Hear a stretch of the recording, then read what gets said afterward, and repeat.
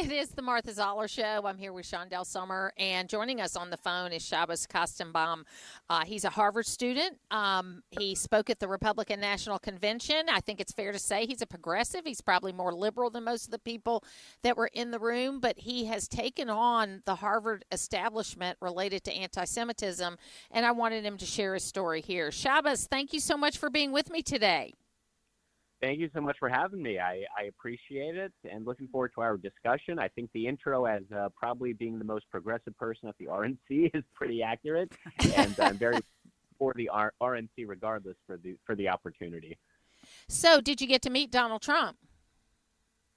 So I was meant to have, from what I understand, they were meant to have a quick meeting together, but after the assassination attempt, all of those plans were scrapped pretty quickly. So unfortunately not, but I was sitting 2 rows behind him in his box, so that was pretty cool.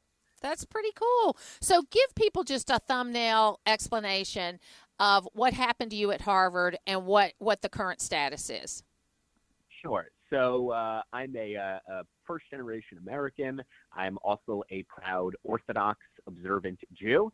I came to Harvard University to study religion. I had been in an all-male religious seminary, yeshiva, my entire life, learning Jewish texts, Jewish law, Jewish philosophy from ultra-Orthodox rabbis. I actually lived in the old city of Jerusalem for a couple of years, so literally 2 minutes away from the Church of the Holy Sepulchre, the Golden Mosque, and the Western Wall. And I came to Harvard because I wanted to learn from other people and diverse backgrounds, but also contribute my perspective to that conversation. And what I found quite quickly, unfortunately, is Harvard University, to sound like a liberal elitist, which really does train the next generation of American leaders, were not so receptive to hearing worldviews and ideologies that challenged their perspectives.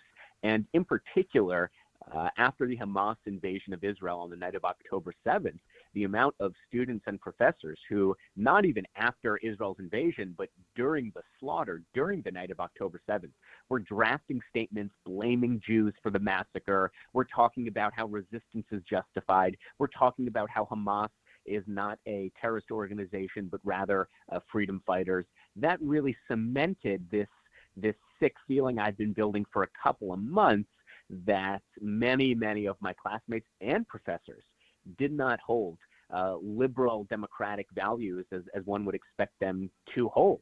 And, you know, I as much as I was joking about it, I do think it's important to make that point that I'm a progressive. I've only voted for Democrats. I even marched, don't hold it against me, I marched with Black Lives Matter. I marched when Roe v. Wade was overturned. But as a liberal, I can tell you unequivocally and unabashedly that my liberal allies have so abandoned and betrayed not just the Jewish people, but the American people. So when I planted 1,200 Israeli and American flags on Harvard's property, they were vandalized 3 times within 24 hours. These students are not just anti-Jewish and anti-Israel. They're deeply anti-American. They're anti-West. They're anti-capitalist. And it's about time that someone stands up and speaks out. And that's why I'm so honored, grateful, and privileged that the RNC allowed me to do that. So are you taking any action against Harvard, and are you staying at Harvard? Sure. So we are taking action. Not only do I get to criticize them at the RNC and on national media, but we filed a lawsuit. So we filed a lawsuit in late January. And what's really interesting is the crux of our lawsuit is actually an action that the Trump administration took. The Trump administration recategorized the definition of Judaism under law. So Title VI of the Civil Rights Act is a provision that prohibits recipients of federal dollars from discriminating based on race, color, and national origin. And what the Trump administration did was said, well, Judaism is not simply a religion, it's an ethnicity, which is true. Jews come from all backgrounds and countries and races and classes. And what binds us together is not simply our religion, but also our national origin. And because of that, we can now credibly go to a court of law and say, well, wait a minute. We are a protected minority class under Title VI, and Harvard is so clearly in violation of their federal obligations under law against discriminating against us. So we filed the lawsuit end of January. Harvard has been fighting tooth and nail to get the case dismissed, not only dismissed, but dismissed with prejudice, meaning that no other Jewish student would be able to bring these claims against them in a court of law. And we are obviously fighting back. We were actually just in court last week, and the judge is beginning his deliberations as to whether this will move to trial or whether this will be dismissed with prejudice. So even though I'm no longer a student at Harvard, I just graduated a month ago, we will be going down to Boston pretty often now for the court case, and we'll be helping the Jewish community and really the community at Harvard that is not anti-West, that is not anti-capitalist, that is not anti-American, stand up and fight back, because the fall semester will be very, very difficult. You know, my daughter has gone through kind of a similar metamorphosis, that she's always voted Democrat. She's more liberal than I am. I mean, I'm a conservative talk show host. I'm out there with my opinions all the time.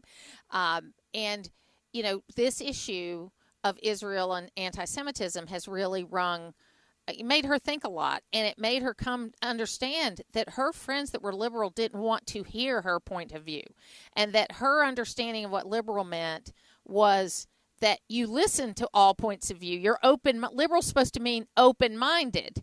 And so I don't want to blanket all liberals, but I'm just saying, you know, Harvard is supposed to be a revered university where ideas are taught and ideas are heard.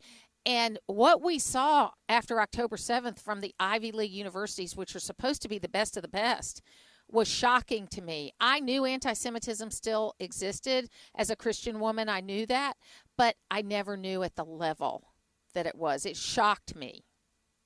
Yeah, I couldn't agree with you more. It's, you know, I can say this because I know these people. It's liberal hypocrisy.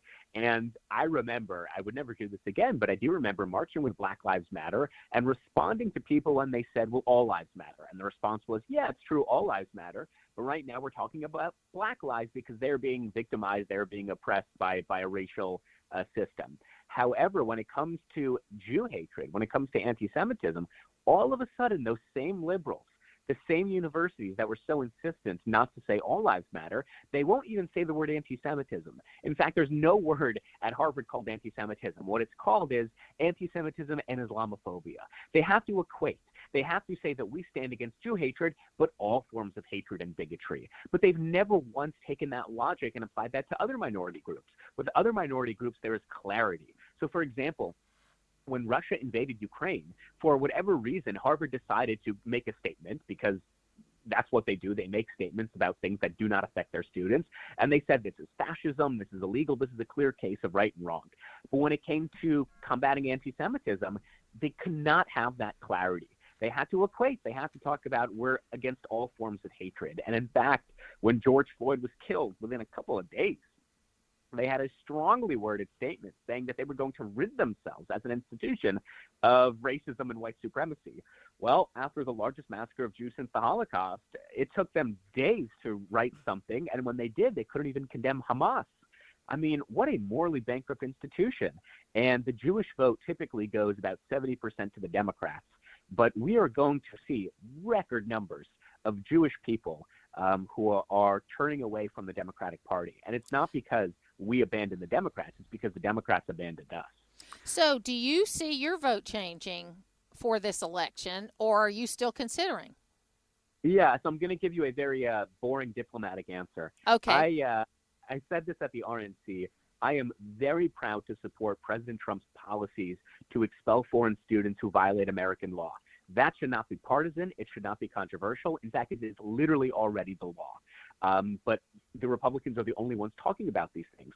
I'm in favor of bringing back patriotism and Western values into our school system. I am in favor of supporting the state of Israel and giving them the ammunition they need whenever they need it. Again, these should not be controversial issues. They should not be partisan, but they are. And if the Democrats want me to speak at the Democratic convention, or if they want any Jewish student to speak, we would be honored to do so. But the reality is they're not so interested. And you are not going to have Israeli flags at the Democratic convention unless, of course, they're being burnt by protesters outside. You are not going to have chants of bring them home, referring to the American Jewish hostages being held in Gaza. You will not have those chants at the DNC. We had them, of course, at the RNC. And it is a damning indictment on the state of my party that they have abandoned Jewish people in such clear, obvious ways. So, it's an answer. My answer sort of evades the question. I understand. And look, you should keep your vote private if you want to. I mean, that's perfectly fine. What are you doing now, Shabbos? Sure. So now I'm really speaking across the country, going to as many people as possible to bring about these issues and bring about change. I just spoke at the Christians United for Israel conference run by Pastor John Hagee. And the amount of people who came up and hugged me and said they're praying for me and they're praying for the Jewish state and the hostages was incredible. So whatever I can do to implement change, whether it's socially or politically, I go to Capitol Hill quite often now. That's what's been occupying my time. And in terms of what I will be doing professionally, I'd love to pursue a career in public policy, maybe even elected office. But ultimately, the goal is to create change for the community, the Jewish community that I was brought up in and that I know and love. And I will keep speaking out.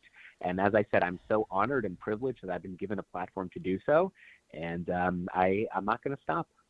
Well, Shabbos Kastenbaum, good luck to everything you do. If you come down and do any speeches in Atlanta, we're going to get together in person. So please I would love that. Let me know. I would love to do that because, I had a Jewish friend of mine say to me, I voted Democrat all my life, but conservative Christians have been the best friends the Jews have had in the last 50 years.